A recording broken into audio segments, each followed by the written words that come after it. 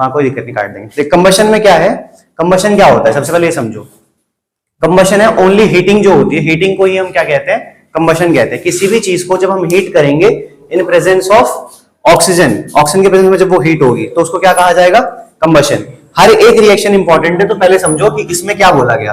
तो मैंने बोला कंबशन की डेफिनेशन क्या है, कंबशन की डेफिनेशन है कि जो भी हमारे पास कार्बन कंपाउंड होगा, कोई भी कार्बन कंपाउंड, और उस कार्बन कंपाउंड को हम हीट करेंगे किसमें, किसमें, इन प्रेजेंस ऑफ O2, ठीक है। तो जब ऑक्सीजन के प्रेजेंस में हीट करेंगे तो कंबशन रिएक्शन हो जाएगी, और कंबशन रिएक्शन में जो प्रोडक्ट होगा वो फिक्स होगा। क्या क्या फिक्स होगा, CO2 बनेगा, H2O बनेगा, हीट बनेगा और लाइट बनेगा, ये फिक्स है, ठीक है। ये कंबशन रिएक्शन है। कोई भी कार्बन कंपाउंड O2 की प्रेजेंस, कंबशन की रिएक्शन हुई, CO2 बनेगा, H2O बनेगा, हीट बनेगा और लाइट बनेगा। एग्जांपल बताओ, तो कार्बन कंपाउंड में सबसे फेमस मीथेन ले लो, CH4, ऑक्सीजन की प्रेजेंस लगा दो O2, कंबशन की रिएक्शन कर दो, कंबशन की रिएक्शन, और इसने क्या फॉर्म कर दिया, CO2 plus H2O plus heat और प्लस प्लस लाइट्स। टेढ़ा तो सीधा कर देना, कर दे सीधा, हाँ कोई दिक्कत नहीं उसमें। तो CH4, CH में O2 डाला, ये बना, ये बना, ये बना, ये बना, ठीक है। इसी को क्या कहते हैं, कंबशन। अब मैं तुमको यहाँ पे तुम्हें बताया था एक क्वेश्चन जो इंपॉर्टेंट था, गौरव यार ध्यान दे भाई प्लीज यार, सुनना, ठीक है। इसमें ये था इंपॉर्टेंट, क्या था, ये बताया था कि जो कार्बन कंपाउंड है वो किस तरीके का हो सकता है, दो तरीके का। या तो वो कैसा होगा, बताओ फटाफट, या तो होगा सैचुरेटेड, ठीक है, और या तो होगा अनसैचुरेटेड, ठीक है। तो मैंने तुम्हें बताया था कि अगर वो कंपाउंड सैचुरेटेड है, सैचुरेटेड है, तो कैसी फ्लेम पैदा करेगा, वो करेगा ब्लू फ्लेम पैदा, ब्लू फ्लेम, और लॉट ऑफ अमाउंट में heat energy, lot of amount में, lot of amount of heat energy, heat energy. और साथ ही साथ जो ब्लू फ्लेम होगा वो कैसा होगा, वो नॉन सूटी होगा। नॉन सूटी मतलब इसमें से धुआं नहीं निकलेगा। दोबारा बता रहा हूं कि जो कार्बन कंपाउंड है, या तो यहाँ पे मिथेन हो सकता है, इथीन हो सकता है, इथाइन, कुछ भी हो सकता है, कोई भी कार्बन कंपाउंड हो सकता है, तू मत बोल, ठीक है। तो सैचुरेटेड कंपाउंड है, तो सैचुरेटेड कंपाउंड कैसा होगा, तो ब्लू फ्लेम देगा, ब्लू फ्लेम में lot of amount of heat energy निकलेगी, साथ में कैसा होगा, नॉन सूटी। नॉन सूटी का मतलब क्या हो गया, नॉन सूटी का मतलब हो गया कि इसमें से धुआं नहीं निकलेगा, ठीक है। नोट्स में नजर साथ में। अनसैचुरेटेड में क्या होगा, अनसैचुरेटेड में होगा कि येलो फ्लेम निकलेगा, येलो फ्लेम, ठीक है। साथ ही साथ हीट एनर्जी तो निकलेगी पर वो लेस अमाउंट में निकलेगी, हीट एनर्जी निकलेगी पर किस अमाउंट में निकलेगी, लेस अमाउंट में। और साथ ही साथ ये कैसा फ्लेम देगा, सूटी फ्लेम देगा। कैसा फ्लेम देगा, सूटी। सूटी मतलब इसमें से क्या आएगा, देगा। कोई दिक्कत है यहां तक, नहीं। अब अगला जो क्वेश्चन होगा वो ये पूछेगा तुमसे, क्वेश्चन सुना ध्यान से, कि अगर हमारे पास यूटेंसिल्स है, ब्लैक बर्तन है, तो वो काले क्यों पड़ जाते हैं। तो मैंने तुम्हें वहां बताया था, काले पड़ने का रीजन ये है कि जो हमारा गैस का बर्नर होगा वो ब्लॉक्ड हो जाएगा। किससे, उसमें धूल मिट्टी डस्ट वगैरह कुछ चिपक गई, या हमने जो दूध वगैरह उबाला है, पानी वाने उबाला, वो उसमें फंस गया, तो उसके जो ब्लॉकेजेस हैं गैस में, गैस के बर्नर में जो ब्लॉकेजेस हैं वो ब्लॉक हो जाएंगे, जो होल्स हैं वो ब्लॉक हो जाएंगे। और अगर वो ब्लॉक हो गए तो क्या ऑक्सीजन कंप्लीट मात्रा में पहुंचेगा, नहीं। ऑक्सीजन कंप्लीट मात्रा में अगर नहीं पहुंचेगा, ऑक्सीजन अगर कंप्लीट मात्रा में तुम्हारा नहीं पहुंच रहा है, तो हम वहां पे बोलेंगे कि कंबशन जो है वो इनकम्प्लीट है, यानी कंप्लीट कंबशन नहीं हुआ है, कंप्लीट कंबशन नहीं हुआ है। और अगर किसी भी चीज का कंप्लीट कंबशन नहीं होता, ठीक है, तो वो कैसा फ्लेम पैदा करती है, येलो फ्लेम, हीट एनर्जी कम अमाउंट में, और सूटी फ्लेम, जिस वजह से बर्तन जो होंगे वो क्या बन जाएंगे, जिस वजह से बर्तन काले हो जाएंगे, ठीक है। जबकि जो हमारा एलपीजी गैस है, उस एलपीजी गैस में कौन सा कार्बन कंपाउंड होता है, एलपीजी गैस में कौन सा कार्बन कंपाउंड होता है, कौन सा कार्बन होता है, ब्यूटेन, ठीक है। एलपीजी गैस में ब्यूटेन होता है, एमसीक्यू में पूछ सकता है। तो ब्यूटेन वाला जो है, ब्यूटेन कैसा है, सैचुरेटेड या अनसैचुरेटेड, सैचुरेटेड है। तो ब्यूटेन सैचुरेटेड होने के बावजूद तुम्हें येलो फ्लेम दे रहा है, इसका मतलब उसका क्या हुआ है, इनकम्प्लीट कंबशन हुई है। और इनकम्प्लीट कंबशन क्यों हुई है, इनकम्प्लीट कंबशन ये इसलिए हुई है क्योंकि वहां के जो होल्स थे वो ब्लॉकेज हो गए थे, ठीक है, होल्स क्या हो गए थे, ब्लॉक। यहां तक समझ में आ गया, कोई दिक्कत है, नहीं है, ठीक है, ठीक है। नेक्स्ट रिएक्शन बहुत इंपॉर्टेंट, ठीक है। नेक्स्ट रिएक्शन कौन सी है, लिख लिया भाई,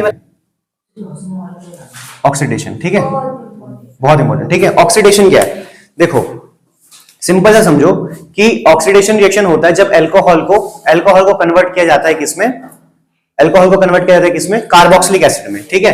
तो उसमें किसकी जरूरत पड़ती है? ऑक्सीडेशन की।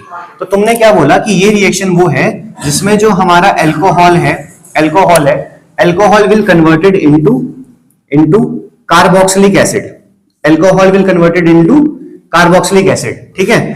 पर इसमें ऑक्सीडेशन है, ऑक्सीडेशन का मतलब क्या होता है?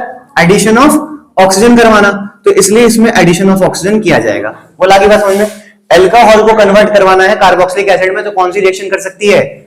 ऑक्सीडेशन। इससे क्वेश्चन आ सकता है XYZ फॉर्म वाला कि इससे ये चीज हुई है, इससे ये चीज हुई है, तो बताओ x की वैल्यू क्या, y की वैल्यू क्या, ये क्या काम है, उसका क्या काम है, ठीक है। हर एक चीज बता दूंगा। तो अल्कोहल अल्कोहल क्या होता है? अल्कोहल से अगर मुझे कार्बोक्सिलिक एसिड में कन्वर्ट करना है तो ऑक्सीडेशन करनी पड़ेगी, और ऑक्सीडेशन में क्या होता है? एडिशन ऑफ ऑक्सीजन, तो इसलिए हमने इसमें O ऐड किया हुआ है। पर तुम यहां देखोगे इस पर लिखा होता है K2Cr2O7 और KMNO4, ठीक है, KMNO4। तो तुमसे दो चार चीजें पूछेगा। सबसे पहले इसका ऑक्सीडेशन की रिएक्शन पूछेगा, तो रिएक्शन क्या है? ये तो मैंने रिएक्शन ही लिख दी, पर क्या रिएक्शन है? C2H5OH ब्रैकेट के अंदर O, ठीक है। इसके ऊपर क्या आ गया? KMNO4 और K2Cr2O7, दोनों में से कोई एक होगा, दोनों में से कोई एक होगा, ठीक है। क्या बन जाएगा यहाँ पे? Carboxylic acid which is CH3COOH, ठीक है। और प्लस में क्या निकलेगा? प्लस में निकलेगा H2, प्लस में क्या निकलेगा? H2। अब ध्यान से सुनो, बहुत ध्यान से सुनो। क्या ये जरूरी है कि यहाँ पर इथेनॉल होगा? नहीं। यहाँ पे जरूरी क्या है कि अल्कोहल होना चाहिए। अल्कोहल क्या होता है? जिसके साथ OH होता है। तो इट इज नॉट कंपल्सरी कि यहाँ पे हमारे पास इथेनॉल ही हो सकता है प्रोपेनॉल हो सकता है ब्यूटेनॉल हो सकता है पेंटानॉल हो, पर जितना कार्बन यहाँ मौजूद होगा उतना ही कार्बन यहाँ भी मौजूद होगा। फॉर एन एग्जांपल कि अगर ये इथेनॉल है तो ये क्या है? Ethanoic acid. इथेनॉल में कितने कार्बन होते थे? 2, और इथेनोइक एसिड में भी कितने कार्बन होते हैं? 2। अगर यहाँ पे मैं बोलता कि यहाँ पर प्रोपेनॉल है तो प्रोपेनॉल में ऑक्सीजन डाल के क्या बना देगा? वो क्या बना देगा? Propanoic acid. क्या बना देगा? Propanoic acid. और ये रिएक्शन भी क्या कहलाएगी? ये रिएक्शन भी ऑक्सीडेशन कहलाएगी। ऐसा नहीं है कि ये वाला ऑक्सीडेशन रिएक्शन नहीं है। ऑक्सीडेशन बस इतनी सी बात है कि अल्कोहल को किसमें कन्वर्ट करना है? आपको कार्बोक्सिलिक एसिड में कन्वर्ट करना है, और इसमें करने के लिए क्या चाहिए? ऑक्सीजन चाहिए, ये दोनों चाहिए, ये है। अब तुमसे एक क्वेश्चन पूछेगा, what is the role of K2Cr2O7 या what is the role of KMNO4, पक्का आएगा, ठीक है। तो तुम इसमें बोलोगे कि ये दोनों किसका काम कर रहे हैं? ये इन दोनों का काम है। इसका काम क्या है? ऑक्सीडाइजिंग एजेंट है। क्या है ये? ऑक्सीडाइजिंग एजेंट, ठीक है। ऑक्सीडाइजिंग एजेंट कौन होते हैं? जो ऑक्सीजन देते हैं। तो इसका रोल ही यही है कि ये क्या है? ऑक्सीडाइजिंग एजेंट है। यहां तक समझ में आ गया? तो दो रिएक्शन बता दी, एक कंबशन और एक ऑक्सीडेशन, ठीक है। चलो नेक्स्ट रिएक्शन क्या है? नेक्स्ट रिएक्शन क्या है? अच्छा, इसमें एक चीज और देखो, अगर तुमसे पेपर में ये सवाल आ जाए, कन्वर्ट, ठीक है, convert butanol to butanoic acid, तो समझ गए कि कौन सी रिएक्शन बोली है उसने, ठीक है ना। ऐसा सवाल भी आ सकता है, वैसे बहुत कम है कि इसका चांस बनेगा, पर आ सकता है। अगर उसने बोला कि convert butanol to butanoic acid, तो दिमाग तुम्हारा तुरंत चिल्ला के बोलना चाहिए कि ब्यूटेनॉल जो है वो अल्कोहल है और ब्यूटेनोइक एसिड जो है वो इथेनोइक एसिड है। ये अगर रिएक्शन होगी तो किस रिएक्शन से होगी? ऑक्सीडेशन से। तो तुम यहां पे क्या करोगे? ब्यूटेनॉल बनाओ। ब्यूटेनॉल क्या होता है? 1 कार्बन 2 कार्बन 3 कार्बन 4 कार्बन, ठीक है। यहां पे लगा दो HH लगा दो आप। एक में क्या लगाना है आपको? OH, ठीक है। फिर यहां पे आपने ऑक्सीजन ऐड करवा दिया, ठीक है। एरो लिखा, एरो के ऊपर क्या लिखा? K2Cr2O7 और या फिर KMNO4, ठीक है। अब तुम देखो, मेन मेरा काम क्या है? मेन मेरा काम है कि मुझे यहां से क्या अलग करना है? वाटर। तो वाटर के लिए यहां से एक H तो जाएगा ही जाएगा, ये जाएगा ना, OH जाएगा, H जाएगा, तो क्या चला गया? क्या चला गया? H2O चला गया। तो बचा क्या? बचा मुझे ये बनाना है, ठीक है। तो यहां पे बनेगा कैसे? तो कितने कार्बन है? 4 कार्बन अभी भी होंगे, 1 कार्बन 2 कार्बन 3 कार्बन 4 कार्बन, ठीक है। चौथे कार्बन पे क्या लग जाएगा? Double bond O, single bond OH, और बन गया ब्यूटेनोइक एसिड, ठीक है। समझ में आ गया? ऐसे करते कन्वर्जन वाला क्वेश्चन, पर ऐसा क्वेश्चन आने के चांसेस कम है, लेकिन बन सकता है जब पेपर हार्ड बनाना होगा, ठीक है। तो कंबशन से कोई रिएक्शन कन्वर्ट वाला आ सकता है क्या? कंबशन से कोई रिएक्शन कन्वर्जन वाला आ सकता है? नहीं आ सकता ना, क्योंकि कंबशन में क्या है? CO2 बन रहा है, H2O बन रहा है, हीट बन रहा है, लाइट बन रहा है। ऑक्सीडेशन से आ सकता है क्या? हाँ, आ सकता है। कौन सा? अल्कोहल को कन्वर्ट करना है कार्बोक्सिलिक एसिड में। या ये भी आ सकता है, ऐसे भी पूछ सकता है कि this reaction is done by which reaction. ये रिएक्शन अगर हुई है, ये बना है, ये कन्वर्जन हुआ है, तो किसके द्वारा हुआ है? तो आप बोलोगे ये हुआ है हमारा किसके द्वारा? ऑक्सीडेशन के द्वारा। बोले यहां तक समझ में आ गया? एडिशन रिएक्शन होता है, सिंपल सी बात समझो, जैसे आपने समझा कि ऑक्सीडेशन होने के लिए कुछ जरूरी है, तो उसी तरीके से एडिशन होने के लिए भी कुछ जरूरी है। ठीक है, क्या है बेसिक मतलब क्या है? तो एडिशन रिएक्शन का बेसिक मतलब है कि जब हमारा जो ट्रिपल बॉन्ड वाला होगा, अगर कोई ट्रिपल बॉन्ड मेरे पास कार्बन कंपाउंड है, तो it will converted into double bond. ठीक है, या डबल बॉन्ड वाला अगर मेरे पास कोई कार्बन कंपाउंड होगा, तो it will converted bye into single bond. ठीक है, ये बात किताब में लिखी, ये बात समझने से आती है। ठीक है, एडिशन रिएक्शन क्या होता है? एडिशन रिएक्शन होता है कि जब हमारा ट्रिपल बॉन्ड वाला है, ट्रिपल बॉन्ड वाला किस में कन्वर्ट होगा? डबल बॉन्ड वाले में, और डबल बॉन्ड वाला किस में कन्वर्ट होगा? सिंगल बॉन्ड वाले में। तो ऐसी रिएक्शन तभी हो सकती है जब कौन सी रिएक्शन होगी? Addition reaction. एडिशन रिएक्शन होगी। ठीक है, बोलिए यहां तक समझ आ गया? ठीक, तो इसमें कैसा दिया हुआ है, जैसे समझो फॉर एन एग्जांपल, इसका एग्जांपल समझते हैं। एग्जांपल जो एनसीईआरटी में जो रिएक्शन है वो समझते हैं। देखो, मान लो मेरे पास दो कार्बन है, इन दोनों में डबल बॉन्ड लगा हुआ है। ठीक है, यहां पे लगा हुआ है R, यहां पे लगा हुआ है R, यहां पे लगा हुआ है R, यहां पे लगा हुआ है R। ठीक है, तो ये क्या है? ये हमारे पास एक कार्बन कंपाउंड है जिसमें बीच में क्या लगा हुआ है?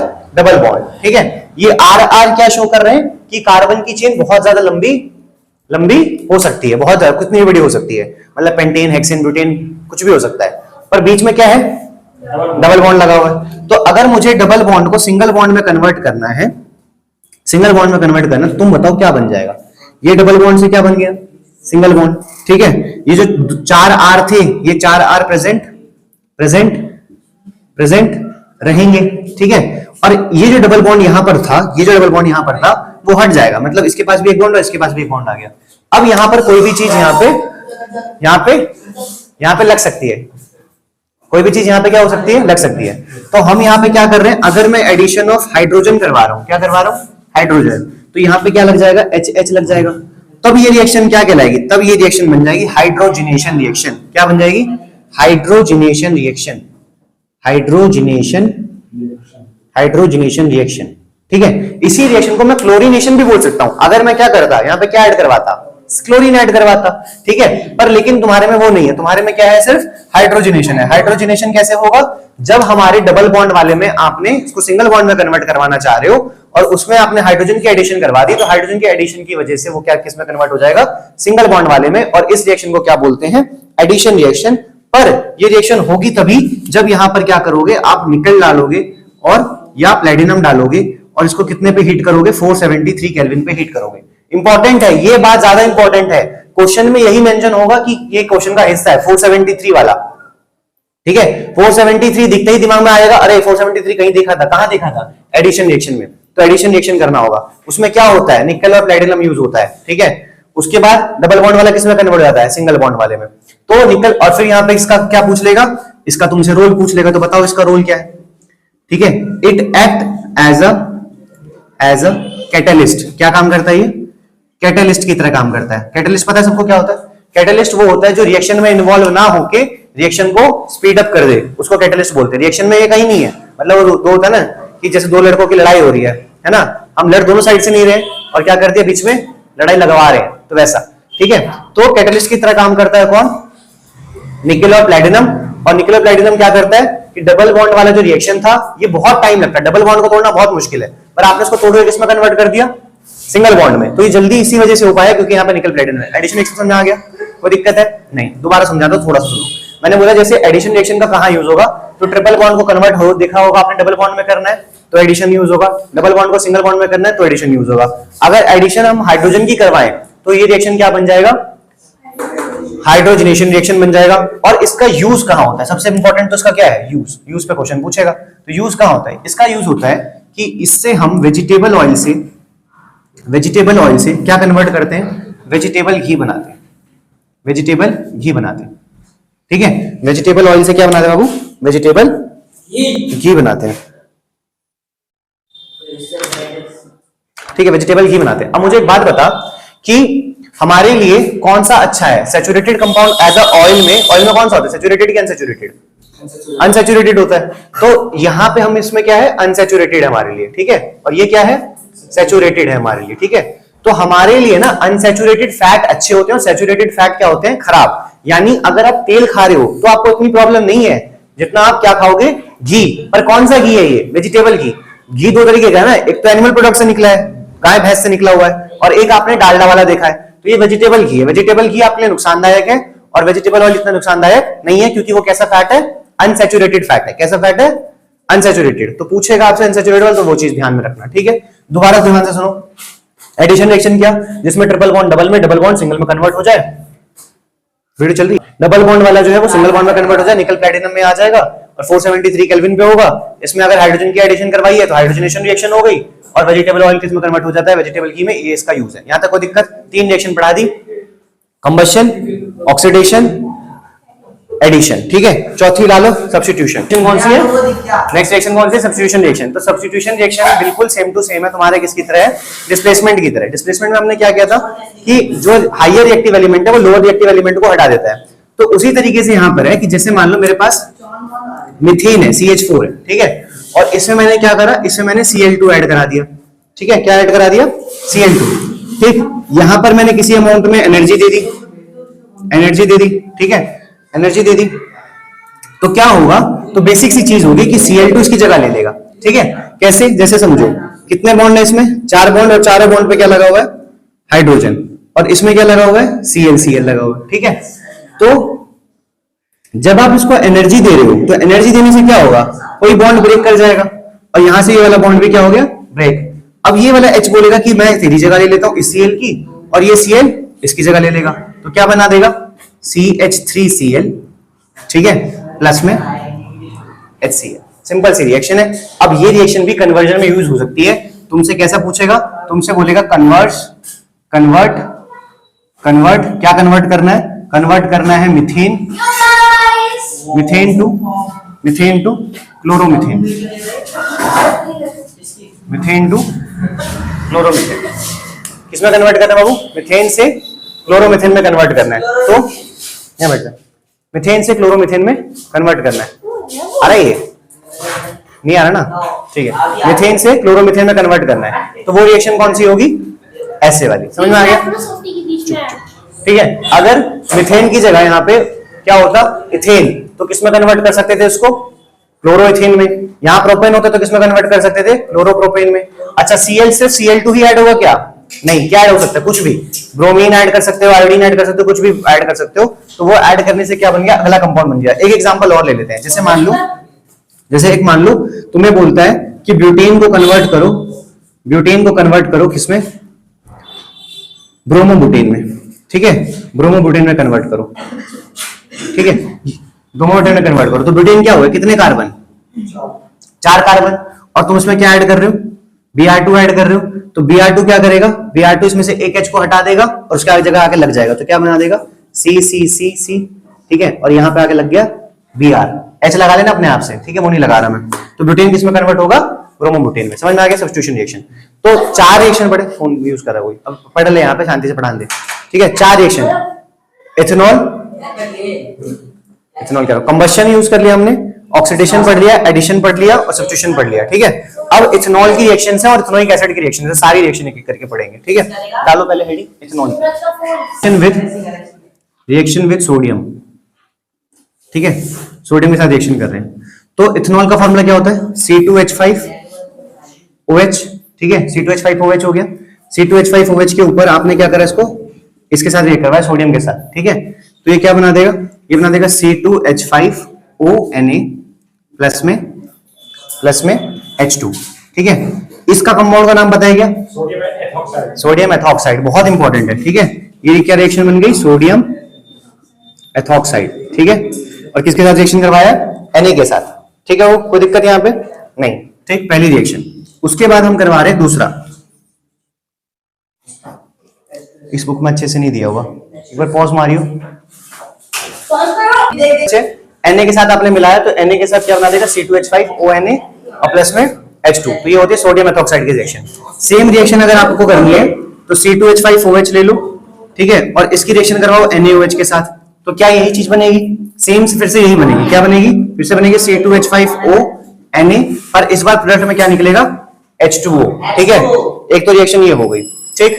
एक रिएक्शन कौन सी आपको याद रखनी है कि C2H5OH है, इसकी रिएक्शन करवा दो Na2CO3 के साथ, सोडियम कार्बोनेट के साथ, तो फिर से प्रोडक्ट क्या बनेगा, फिर से प्रोडक्ट यही बनेगा C2H5OH, ठीक है, C2H5O Na और साथ में निकलेगा CO2 और साथ में निकलेगा वाटर।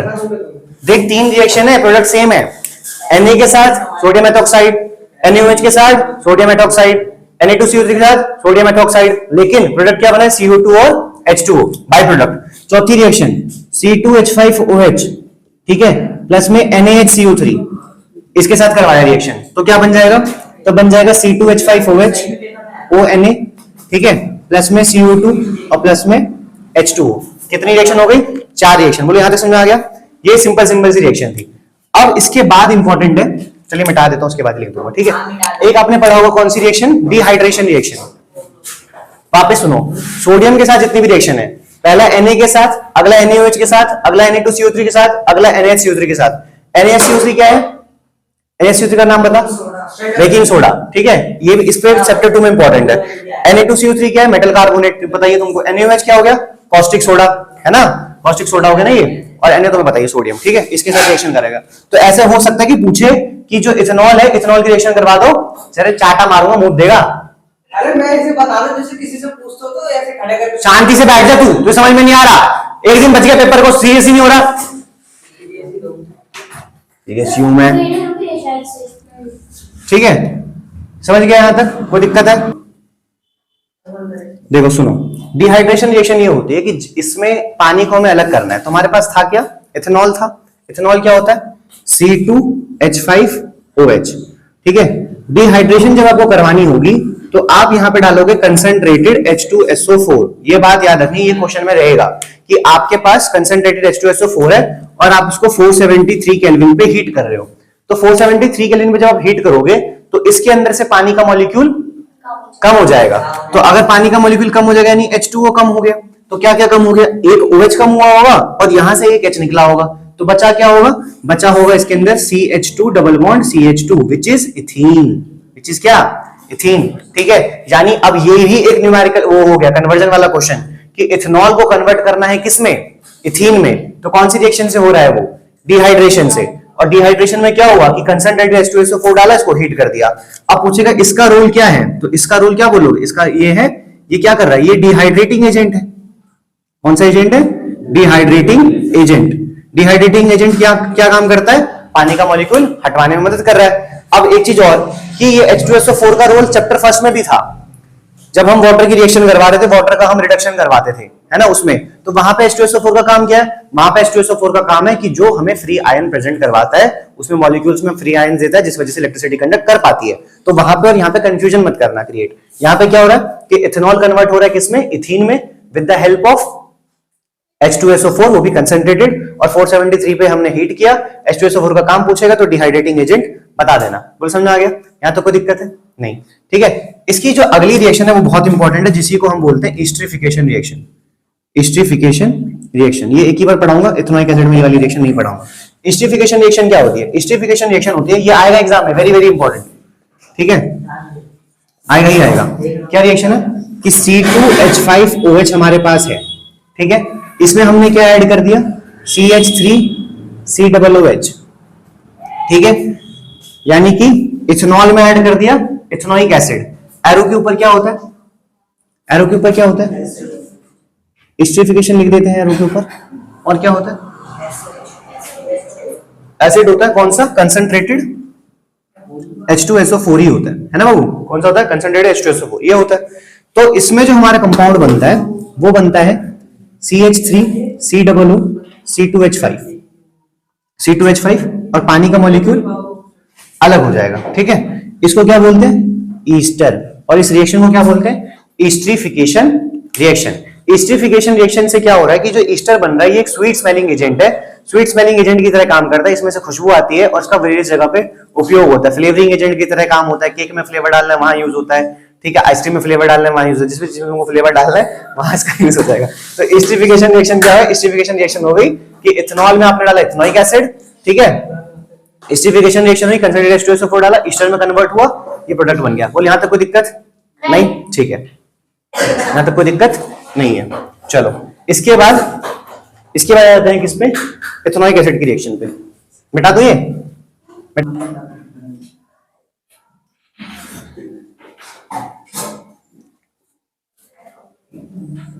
ठीक है। अच्छा ये बता, इथेनॉल के लिए टेस्ट पढ़ाया था ना मैंने, test of for ethanol. Ethanol के टेस्ट कौन से टेस्ट थे? 2, एक ब्रोमीन वाटर टेस्ट था और एक सोडियम टेस्ट था। दोनों बता रहा हूं, ध्यान सुनो, ये बताना भूल गया, अगर ऑलरेडी बता दो, सुन लो खाली, ठीक है। हाँ आ सकता है इथेनॉल को अगर हमें, ठीक है। अल्कोहल के लिए, अल्कोहल के 2 टेस्ट क्या है, एक है ब्रोमीन वाटर टेस्ट और एक है सोडियम टेस्ट। तो जब तुमने रिएक्शन करवाई थी किसके साथ, सोडियम के साथ रिएक्शन करवाई थी, तो याद करो क्या प्रोडक्ट निकला था।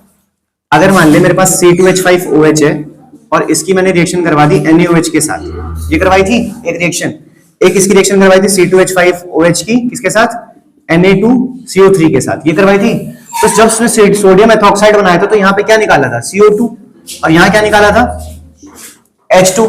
तो H2 कौन सा टेस्ट था, पॉप साउंड टेस्ट। यानी यहां से भी कंफर्म हो सकता है कि इसके अंदर क्या है, इथेनॉल अल्कोहल है, और इसमें निकला था CO2। सो CO2 के लिए कौन सा टेस्ट बताया था, मिल्की वाटर टेस्ट, जो उसका लाइम वाटर मिल्की हो जाता है, तो वो हो गया। 2 टेस्ट ये हो गए। एक होता है bromine water test. Bromine water test क्या होता है कि जब हम अल्कोहल में ब्रोमीन वाटर डालते हैं तो उसका कलर रेडिश हो जाता है, ठीक है। तो यानी कि उसमें अल्कोहल है, और अगर नहीं होता अल्कोहल नहीं है। ब्रोमीन वाटर टेस्ट बहुत इंपॉर्टेंट है, एग्जाम में पढ़ के जरूर जाना, आ सकता है, ठीक है। और ये है गलत बता दिया मैंने, क्या था ब्रोमीन वाटर टेस्ट बता,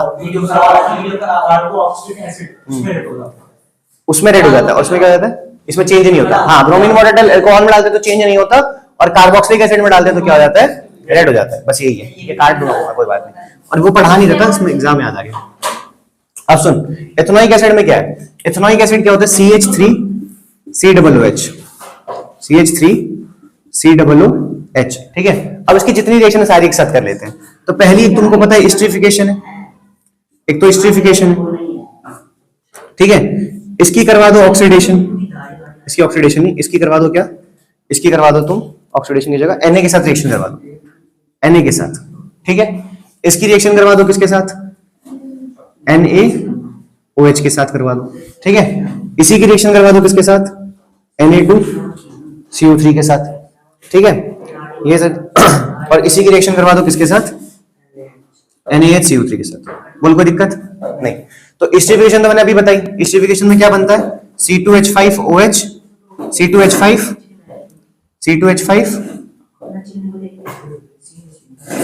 CH3 लिख लो पहले, चलो CH3COOC2H5 ये बनता है, ठीक है।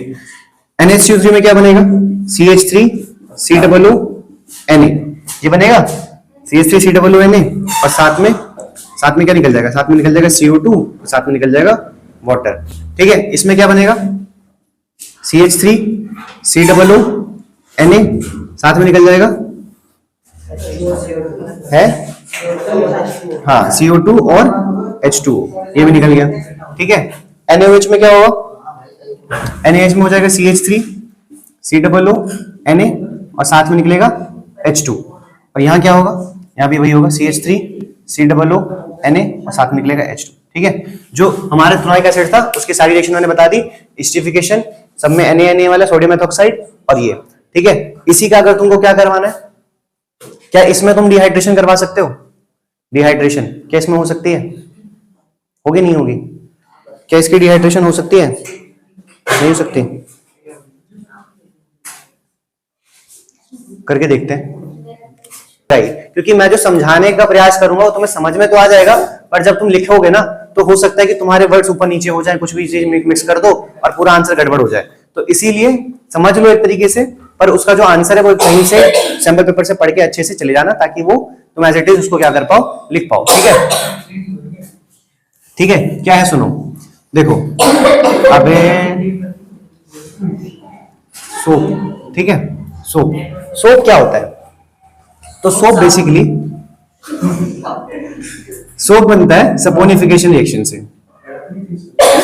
अबे क्या हो गया, जानबूझ के खांस रहा है,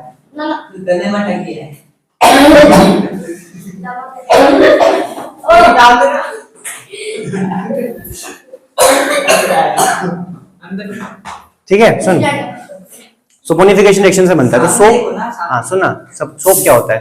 तो सोप होता है कि जब तुम बोलोगे कि ये लॉन्ग कार्बोक्सिलिक एसिड की चेन होती है, ठीक है, क्या होती है? लॉन्ग कार्बोक्सिलिक एसिड की चेन होती है, उसमें सोडियम और पोटेशियम सॉल्ट होते हैं। कौन से सॉल्ट होते हैं? तो इसमें तुम बोल रहे हो कि क्या प्रेजेंट है? Sodium, sodium and potassium, potassium salt present होता है, ठीक है, किसका? ऑफ लॉन्ग कार्बोक्सिलिक एसिड, ठीक है। कार्बोक्सिलिक एसिड में, लॉन्ग कार्बोक्सिलिक एसिड में आप क्या कर रहे हो? लॉन्ग कार्बोक्सिलिक एसिड में जब सोडियम और पोटेशियम सॉल्ट प्रेजेंट होता है तो वो किसकी फॉर्मेशन कर देता है? सोप की। इसके दो एग्जांपल आपको याद रखने हैं। एग्जांपल क्या हो गया? एग्जांपल क्या हो गया? सोडियम स्टीरेट, सोडियम स्टीरेट और सोडियम पेल्मिटेट, ठीक है। एक कौन सा हो गया? सोडियम स्टीरेट और एक हो गया सोडियम पेल्मिटेट। फॉर्मूला क्या होता है? C17H35COO Na, ठीक है। C17 नहीं माने, H37 COO5K, ठीक है, ठीक है। तो सोडियम सॉल्ट और पोटेशियम सॉल्ट अगर इसमें प्रेजेंट है लॉन्ग कार्बोक्सिलिक एसिड में, देखिए C17 तक गया है, कितना बड़ा है, और उसमें ये प्रेजेंट है, तो तुम क्या बोल रहे हो? तो रिएक्शन ये सोप की है, ठीक है। अब सबसे पहली बात आती है कि सोप जो है वो हार्ड वाटर में काम क्यों नहीं करता? सॉफ्ट वाटर में काम करता है, यानी कि मीठे पानी में काम करेगा, खारे पानी में काम नहीं करेगा। तो हार्ड वाटर में काम क्यों नहीं करता? तो हम एक बात बोल रहे हैं कि हार्ड वाटर क्या होता है। पहले तो बता हार्ड वाटर होता क्या है? हार्ड वाटर के अंदर कौन सा सॉल्ट है?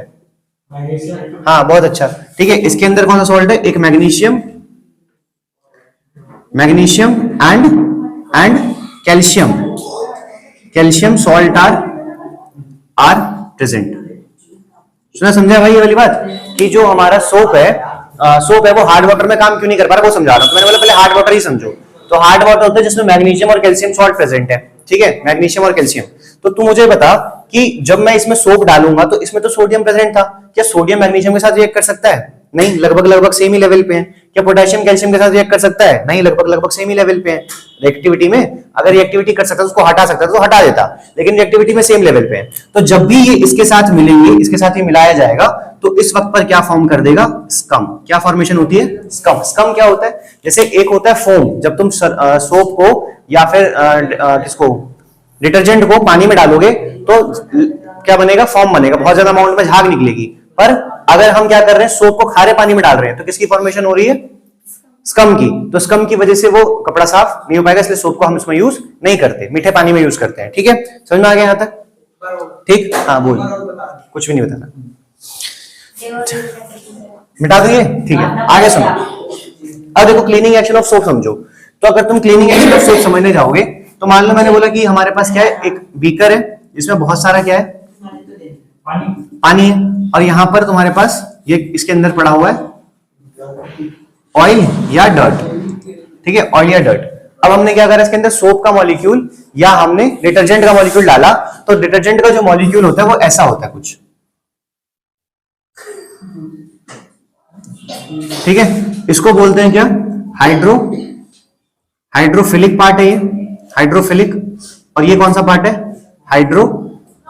हाइड्रोफोबिक, ठीक है, पानी से डरता है, ठीक है। ये बनानी है क्लीनिंग एक्शन ऑफ सोप आएगा, ये बनाना है। तो हाइड्रोफोबिक पार्ट है, ये हाइड्रोफिलिक पार्ट है। तो हाइड्रोफोबिक पार्ट जो होता है ये किससे चिपक जाता है? जाके डर्ट से या फिर ऑयल से, और ये जाके किससे चिपक जाता है? तुम्हारे वाटर से, क्योंकि हाइड्रोफिलिक है, पानी से प्यार है, इसको पानी जाके चिपक जाएगा। तो तुमने क्या करा, तुमने बोला कि जब हमने इसमें डाला तो जो हाइड्रोफोबिक वाला पार्ट था वो जाके ऑयल में चिपक गया, ठीक है। हाइड्रोफोबिक पार्ट था वो जाके किसमें चिपक गया? ऑयल में चिपक गया। और जो दूसरा पार्ट था आयनिक पार्ट, वो जाके किसमें चिपक गया? वो जाके हमारा वाटर में चिपक गया। तो इसके बाद क्या हुआ कि जब आप उसमें वो डाल रहे हो, पानी में अपने कपड़े पर डाल दिया, डर्ट वर्ट वगैरह डाल दिया, तो जैसे ही आप कपड़े को वहां से क्या करोगे? हटाओगे। कपड़े को हटाया आपने, तो मैं ध्यान समझना मैं क्या बताना चाह रहा हूं। जैसे आप कपड़े को हटाओगे तो क्या जो डर्ट है, जो डर्ट मौजूद होगा, क्या जो हाइड्रोफोबिक पार्ट है वो डर्ट को छोड़ेगा? नहीं, तो उसने हाइड्रोफोबिक पार्ट को नहीं छोड़ा। और हाइड्रोफोबिक पार्ट हाइड्रोफिलिक वाले पार्ट से जुड़ा हुआ है, तो क्या वो हाइड्रोफिलिक वाले पार्ट को छोड़ेगा? तो वो भी नहीं छोड़ेगा। और क्या हाइड्रोफिलिक पार्ट पानी को छोड़ेगा? तो वो पानी को नहीं छोड़ेगा। मतलब कपड़े हमने हटा दिया, पर हाइड्रोफिलिक पार्ट ने ना वाटर को छोड़ा, हाइड्रोफिलिक पार्ट ने ना हाइड्रोफोबिक पार्ट को छोड़ा, और ना हाइड्रोफोबिक पार्ट ने डर्ट को छोड़ा। तो सारा का सारा जो सामान था या सारी की सारी जो चीज थी, जो बचा हुआ चीज था, वो किसमें रह गया? पानी में, और पूरा हमारा कपड़ा क्या हो गया, साफ हो गया।